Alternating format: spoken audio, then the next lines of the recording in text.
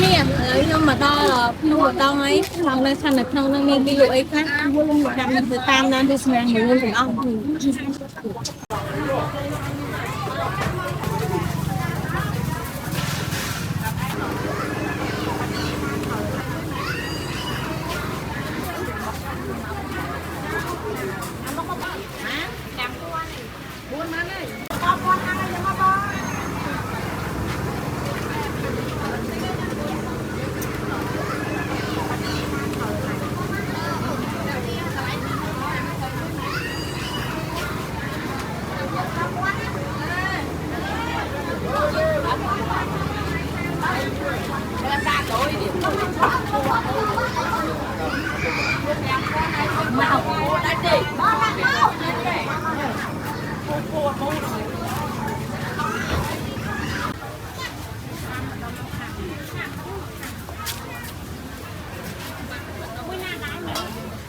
Tham ăn lên. Tham rồi, Pram nó cũng bón ăn đôi chú.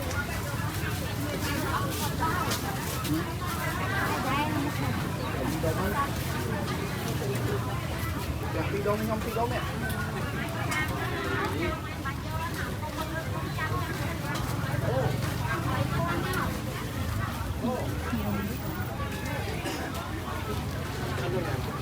Thì qua cái nát được không? Đấy, nó qua xe anh chị lấy bỏ. Đặt cam. Cái hai cam.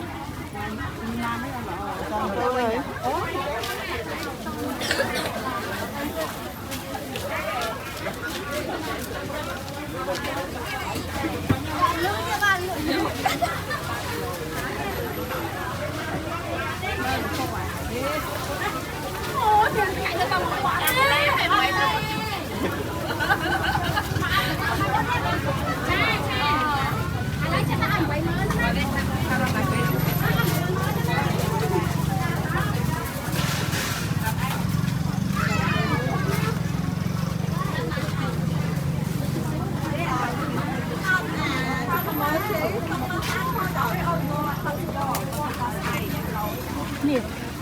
Này cho đặt bộ nó tới nó quen cái nó cho mình đặt nó là một con bạch chặt một là luôn tinh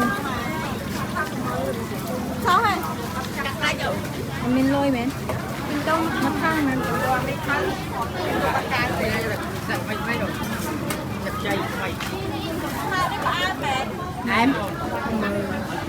em con bay cắt lại đi cắt lại đi cho phí em của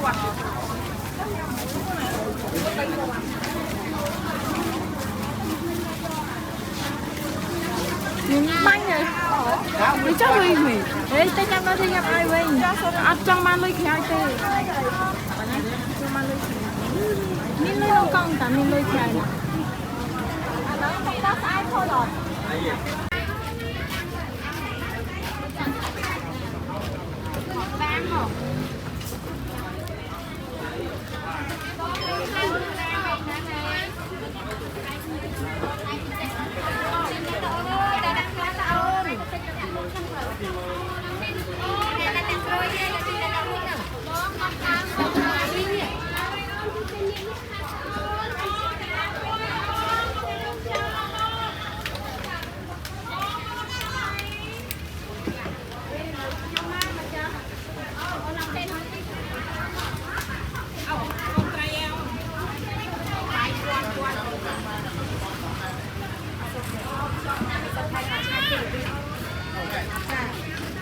Nhưng mình ăn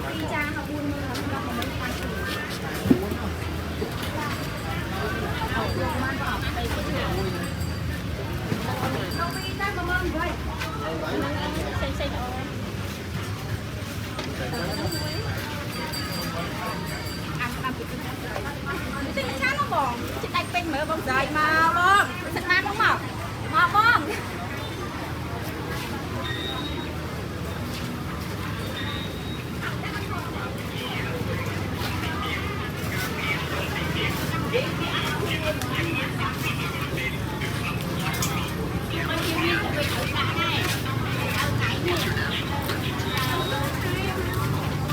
bây giờ miên tôi phải thử tập bao chắc đây mà chẳng con trao tới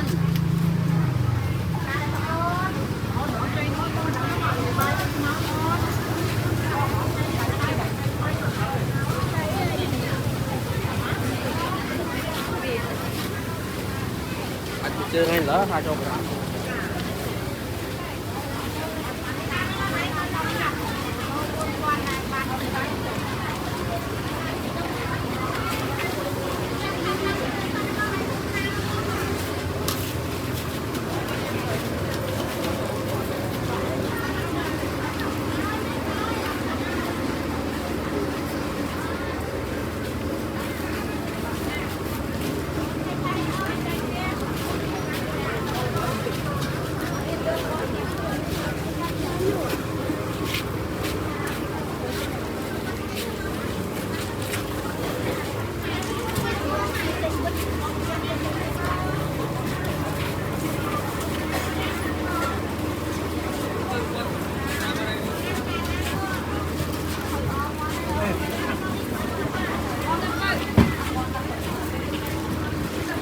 Tao nhà mình kiêng chứ.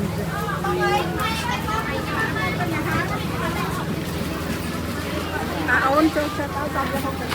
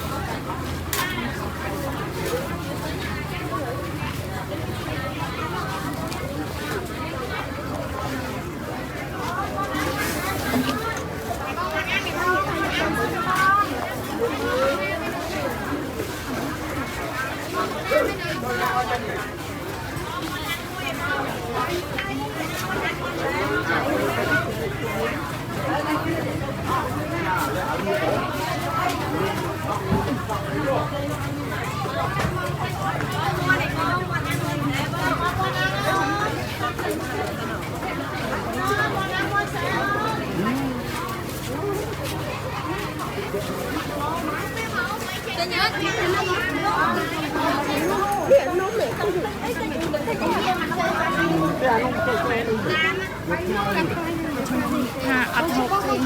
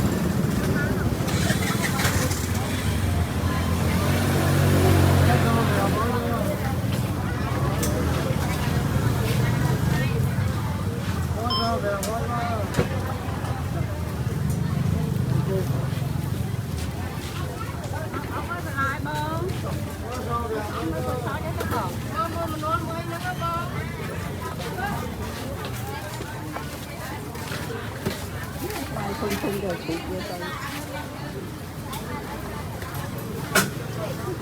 cái nó trái khoan này mình mới mà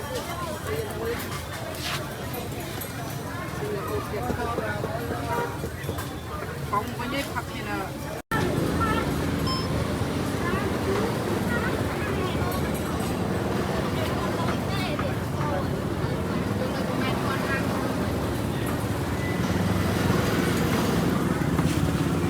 Đà Lạt phải không?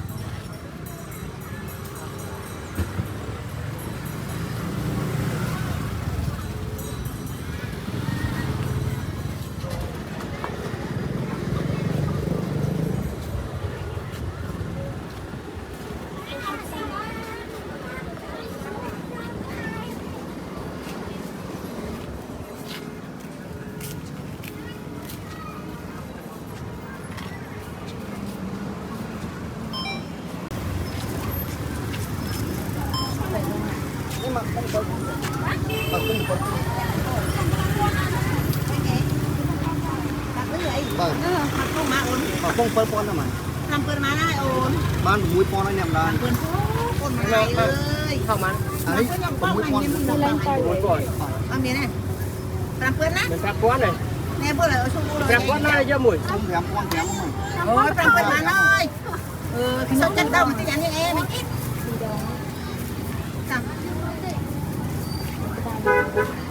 Mua cái đó này. Trăm phút thôi mùi pon. Rồi đấy.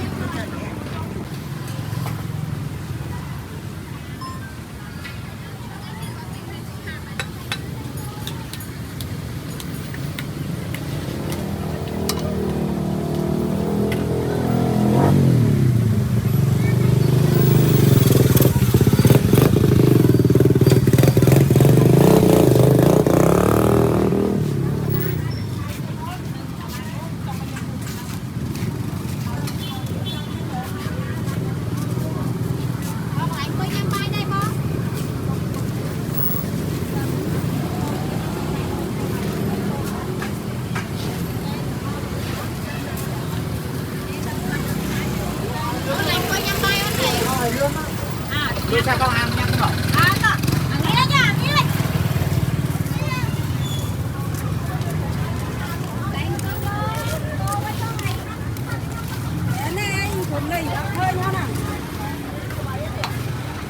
Đập lúc mà mở tóc nằm coi con.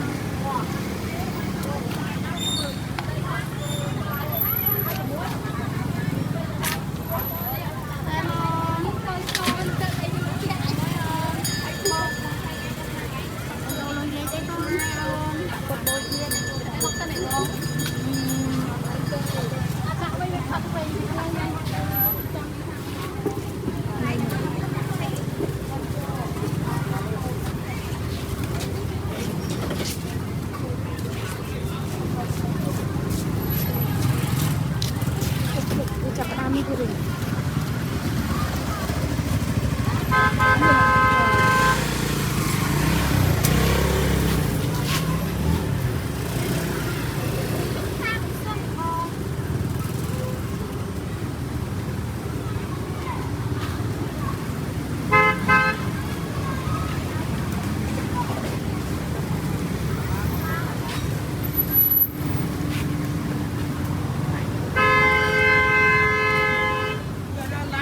Bốc lên nó sẽ tiện lại.